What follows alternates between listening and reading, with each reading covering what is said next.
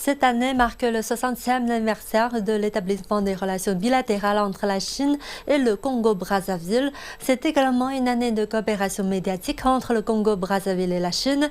Quel est l'état de la coopération médiatique entre les deux pays et quelle direction prend-elle?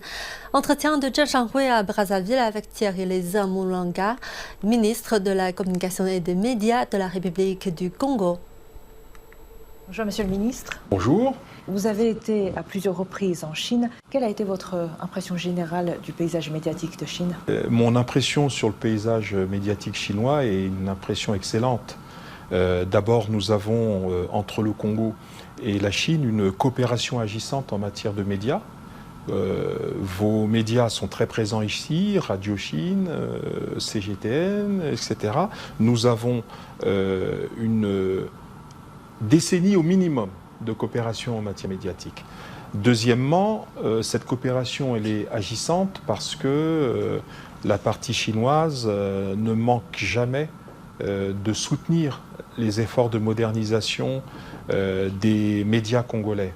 Il faut savoir que le Centre national de radio et de télévision, qui aujourd'hui fait la fierté du Congo, ici à Brazzaville, est une construction avec la coopération chinoise, une entreprise chinoise.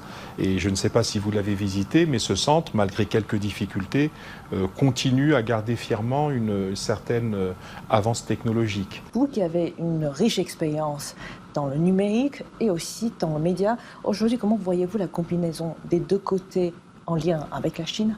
Alors d'abord, nous avons une tradition de coopération sur les technologies de l'information et de la communication avec la Chine depuis au moins une quinzaine d'années.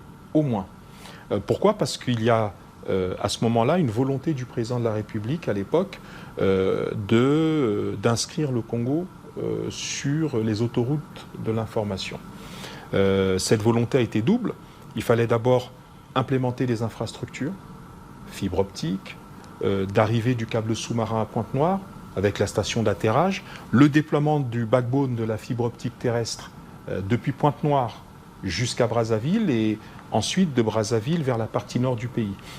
Tous ces travaux ont été accomplis avec l'aide de la partie chinoise et notamment de l'entreprise Huawei. Sur le plan des médias, cette coopération s'inscrit par exemple dans le partenariat entre vos médias et les médias du Congo avec l'implantation ici d'émetteurs qui permettent de récupérer directement les émissions qui sont diffusées par les médias chinois. Pour ce qui concerne l'intelligence artificielle en particulier, vous savez comme moi le grand rôle que joue de plus en plus cette technologie dans le travail des médias. Presse écrite, presse audiovisuelle, et que cet outil, à partir du moment où il est maîtrisé, et vous maîtrisez l'outil en Chine, cet outil est un bon moyen de rationaliser, d'accélérer, de rendre plus efficace le travail des médias. Vous avez parlé des outils, les avancées et le progrès de la sphère outils. Nous allons également aborder du contenu, surtout de l'image de l'Afrique et l'image du Congo-Brazzaville à l'international. Comment voyez-vous aujourd'hui avec les narratives, aujourd'hui encore prédominées par les puissances occidentales? Comment mieux raconter son histoire? Comment mieux raconter cette narrative? Alors vous savez, il y a un proverbe africain qui dit tant que les histoires de la chasse seront racontées par le chasseur, eh bien ça sera toujours fait au profit du chasseur et au détriment du lion. Eh bien nous sommes le lion, nous devons récupérer notre capacité narrative. Et pour récupérer la capacité à écrire notre propre histoire à travers notre propre vision, et à travers notre propre culture, il faut avoir la capacité de production en matière de médias, mais aussi en matière culturelle.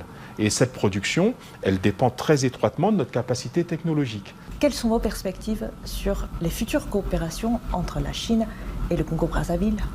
Lors de la conférence du FOCAC qui va commencer début septembre, le Congo-Brazzaville, à travers le président de la République, son Excellence M. Denis Sassou Nguesso, va avoir l'honneur de recevoir le témoin des mains du président du Sénégal pour co-présider avec son Excellence le président Xi Jinping le FOCAC, donc ce forum de coopération, pour les 3 prochaines années, c'est-à-dire 2024-2027.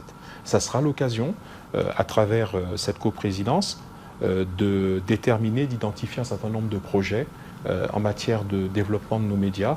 Et nous avons bon espoir et une grande confiance pour voir une accélération pendant cette période de cette coopération avec la partie chinoise. Merci Monsieur le Ministre pour cet entretien. Merci.